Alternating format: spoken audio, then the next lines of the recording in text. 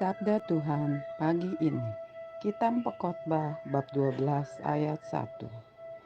Ingatlah akan penciptamu pada masa mudamu, sebelum tiba hari-hari yang malang dan mendekat tahun-tahun yang kau katakan, tak ada kesenangan bagiku di dalamnya. Marilah berdoa. Ya Tuhan yang Maha Pencipta, kami bersyukur atas anugerah berlimpah dalam hidup kami. Tuntun kami agar selalu berusaha mencari wajah-Mu dan mengandalkan-Mu dalam hidup kami. Teguhkanlah iman kami agar hidup dalam kasih setia-Mu dan mampu mewartakan sabda-Mu kepada sesama seturut kehendak-Mu. Berilah kami kekuatan agar tidak putus asa menghadapi segala kesulitan hidup. Bab Engkaulah Tuhan dan pengantara kami. Amin.